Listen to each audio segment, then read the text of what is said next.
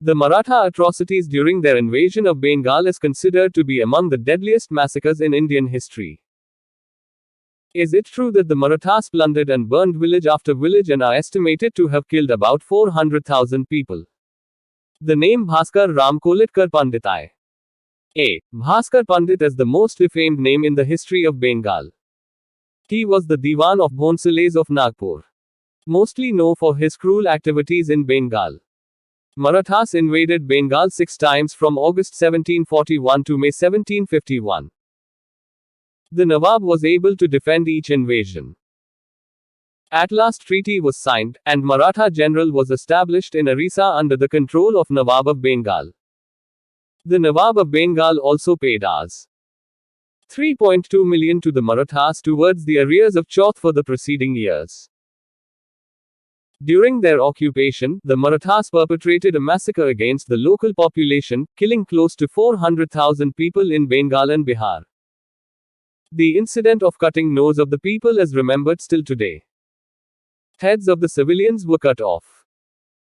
They were put in the water tanks, and were died due to suffocation. They were forced for money. Marathas crossed the height of evilness here and proved their brutality. Yes, it was the deadliest massacre in the history of India. From the fear of Marathas' cruel activities, a 5 kilometers long ditch was digged in Bengal to avoid the invasion. Marathas were called as Bargi there.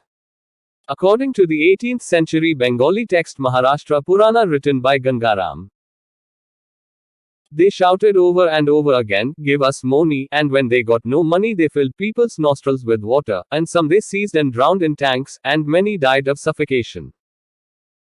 In this way they did all manner of foul and evil deeds. When they demanded money and it was not given to them, they would put the man to death. Those who had money gave it, those who had none were killed. Even poems were written by Bengali writers. These poems are popular amongst Bengalis even today. One of them went something like this. Chele ghumalo, pada judalo bargi elo deshe. Bulbulite dhan kheche, khayena dibokeshe. Dhan furolo, pan furolo, khayenar opeki. Ar kota din shoba koro, roshun bunchi. A very inelegant translation. When the children fall asleep, silence sets in, the barges come to our country. Birds have eaten the grain, how shall I pay the tax to the bargi? All our food and drink is over, how shall I pay the tax? Wait for a few days, I have sown garlic. It was one of the black incident in the history of Maratha Empire.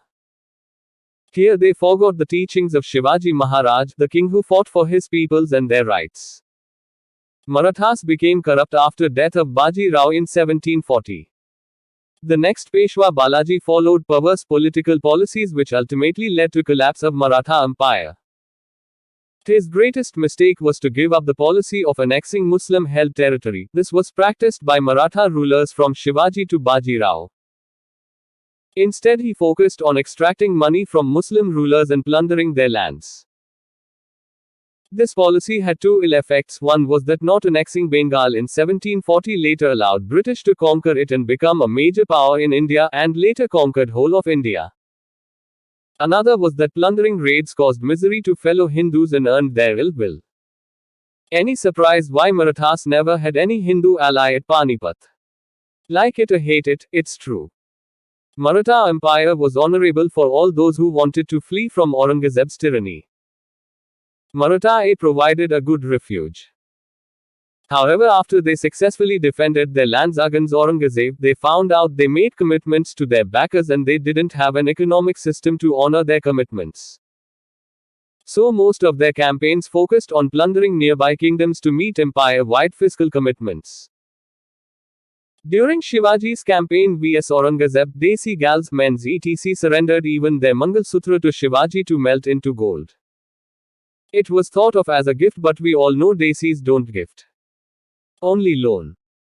So when Big Bad A was beat, the people who, selflessly, gave so much to Maratha Empire campaigns started expecting ek din and payback of some sort. Aurangzeb brutalized us by taxing us so much we could only afford chapati and salt. It's been a year since we saw an invading Aurangzeb walla here. And we are still eating chapati and salt even after giving you our one and only Mangal Sutra. What is this bakwas? Typical Desi mindset. That kinda forced Marathas to try and build a system based off plunder. These historical nags as why Bengali statists still use Hindi invader, just like how up GJ MP society does to me saying Turkish invader.